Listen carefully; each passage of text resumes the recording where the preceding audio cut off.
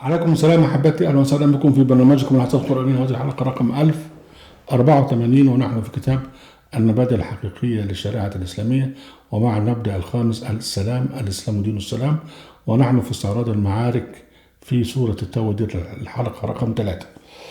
يقول سبحانه وتعالى: ما كان للمشركين أن يعمروا مساجد الله شاهدين على أنفسهم بالكفر أولئك حبطت أعمالهم وفي النار هم خالدون.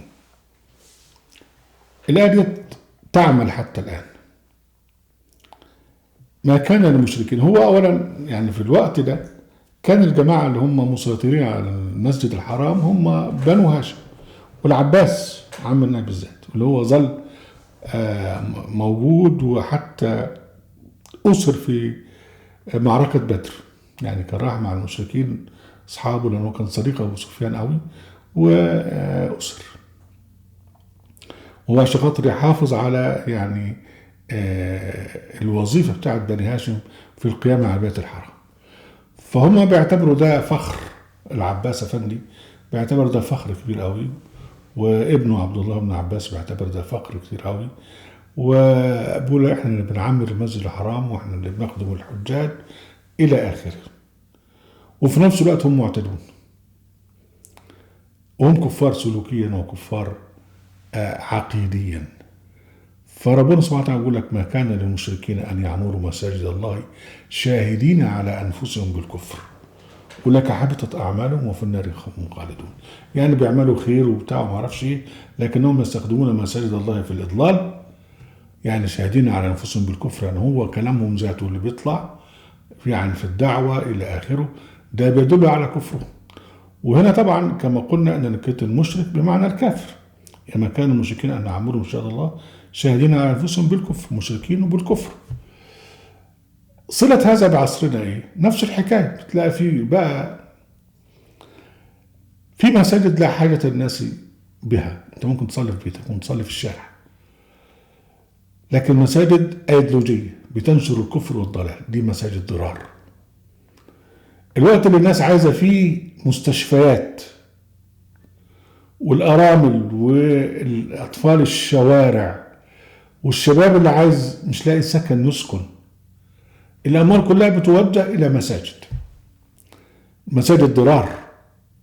فده ينطبق عليه ان ما كان المشركين ان يعمروا مساجد الله شاهدين على انفسهم بالكفر، ان هم بيتكلموا في هذه المساجد بالكفر بالاحاديث والشفاعات والكلام الهزلي، سواء كانوا سنه او شيعه او صوفيه.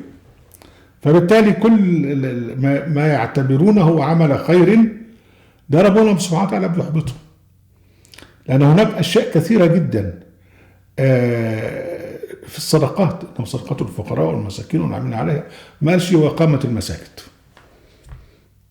يعني في بيوت اذن الله ان ترفع ويذكر فيها اسمه يسبح رجال لا تلومون الى اخر الايات ديت كلها. قال لك بيوت، يعني ممكن يكون بيتك، لكن المساجد حين تقام ينبغي ان تكون لوجه الله سبحانه وتعالى وحده، ولا يذكر في غير اسم الله وحده. ومن أظلم من منع مساجد الله أن يذكر فيها اسمه وسعى في خرابها. فالذي يسعى في خرابها معناه أنه مش بيعمرها.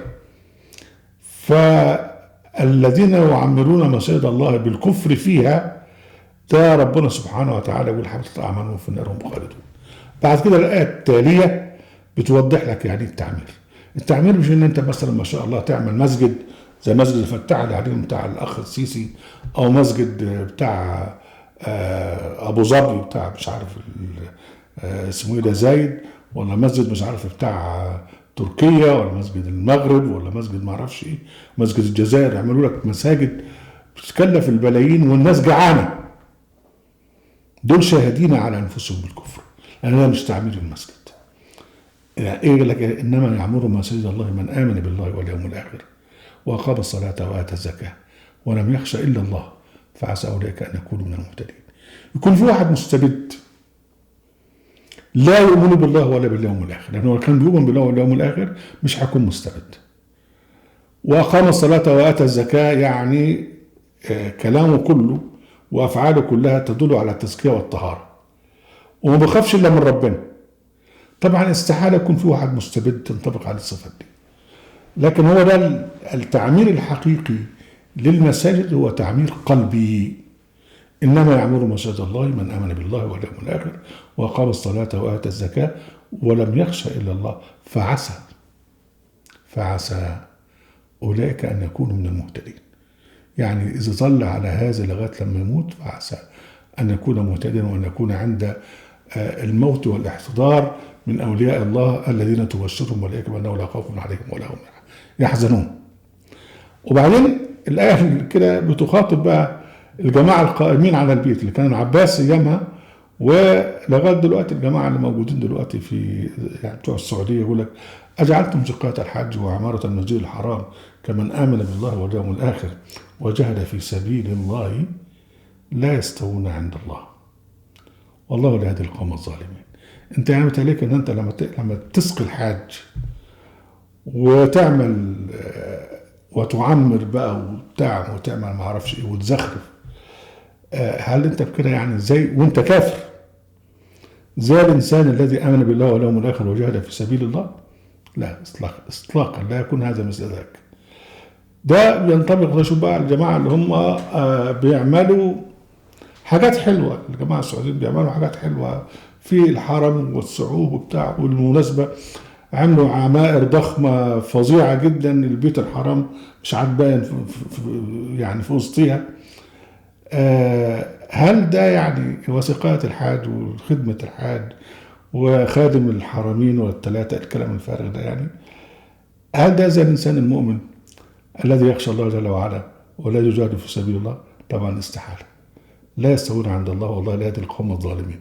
إذا القوم الظالمين اللي هم جعلوا زكاة الحاج وعمارة المسجد الحرام وسيلة أن هم يطغوا أن يطغوا على الناس بهذا ويعني يحسبون يعني أنهم باستبدادهم يحسنون صنعا. الذين آمنوا وهاجروا وجاهدوا في سبيل الله بأموالهم وأنفسهم أعظم درجة عند الله وأولئك هم الفائزون. تابع الذين آمنوا وهاجروا وجاهدوا في سبيل الله. آمنوا وهاجروا وجاهدوا في سبيل الله مش في سبيل المال. ربنا يبشرهم برحمة منه ورضوان وجنات لهم فيها نعيم مقيم خالدين فيها أبدا إن الله عنده أجر عظيم.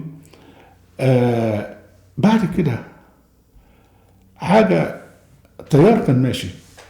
الجماعة المهاجرين لما هم هاجروا ظلوا يوالون أهاليهم القرشيين المعتدين. واحنا قلنا هذا في استعراض لسورة الممتحن وتردد هذا أيضا في سورة يعني في سورة النساء وفي سورة المائدة. وهنا انهم ظلوا لغاية آخر لحظة يوالوا الكافرين اللي هم قرايبهم. فربنا سبحانه وتعالى يقول في يا ايها الذين امنوا لا تتخذوا اباءكم واخوانكم اولياء ان استحبوا الكفر على الايمان وتولوا منكم فاولئك هم الظالمون. برضه انا نسيت اقول ان في سوره المجادله نفس الحكايه. يعني اللي هم يعني يودون من حد الله ورسوله. يا ايها الذين امنوا لا تتخذوا اباءكم واخوانكم اولياء يعني لا توالونهم عندما يعتدون على المؤمنين. احنا قلنا كلمه الموالاه يعني تكون عند الحرب. يا أيها الذين آمنوا لا تتخذوا آباءكم وإخوانكم أولياء إن استحبوا الكفر على الإيمان ومن يتولهم منكم فأولئك هم الظالمون. اللي يتولهم بقى ظالم زيهم. وبعدين بقى خلي بالك لما رجع الجماعة المهاجرين وعاشوا في مكة حيثما كانوا يعيشون من قبل. بتوع مكة تجار ومعهم بقى تجارة وهيصة وبيوت والكلام ده. فابتدت بقى علاقات بقى أساس تجارية ودول اصلا كفره ودول مؤمنين. المهم حصل فيه بقى حاجات تؤثر على موضوع الولاء. فالايه 24 يقول سبحانه وتعالى قل يعني قل لهم يا محمد قل ان كان اباؤكم وابناؤكم واخوانكم وازواجكم وعشيرتكم القبيله بتاعتكم واموال اقترفتموها مش كسبتموها لا اقترافها ديت يعني بتبقى اغلب في ناحيه الايه ان هي مش حلال يعني. وتجارة تخشون كسادها ومساكن ترضونها احب اليكم من الله ورسوله وجهاد في سبيله فتربصوا حتى ياتي الله بامره والله لا يهدي القوم الفاسقين. الجماعه اللي عملوا بيزنس الجماعه اللي كانوا مهاجرين ورجعوا من المدينه وعاشوا في مكه وابتدوا بقى علاقات بينهم وبين بتوع أهل مكة اللي كانوا قبل كده معاندين واللي اعتدوا. فالعلاقات دي ابتدت تؤثر على حكاية الولاء، فأصبحوا يوالون أولئك الناس، خاصة طبعا ده أبوه وده أخوه وده مراته وده عشيرته، وفي أموال بيكسبوها من التجارة ومساكن. والله أصلا لو دخلنا في حرب معهم يبقى التجارة بتاعتي هتبوظ، وبقى في مساكن سكنوا بقى وعملوا وشغلوا إلى آخره. فربنا قال لهم إذا كان ده أحسن عندكم وأحب لكم من الله ورسوله وجهاد في سبيله فتربصوا انتصروا حتى يأتي الله بأمره، لغاية لما نشوف أمر ربنا هيعمل فيكم إيه. والله لا يهدي القوم الفاسقين. أهلا وسهلا بكم أحبتي برنامجكم لحظات القرآن في قناة أهل القرآن وموقع أهل القرآن. لا تنسوا المشاركة بالشير واللايك، وعليكم السلام.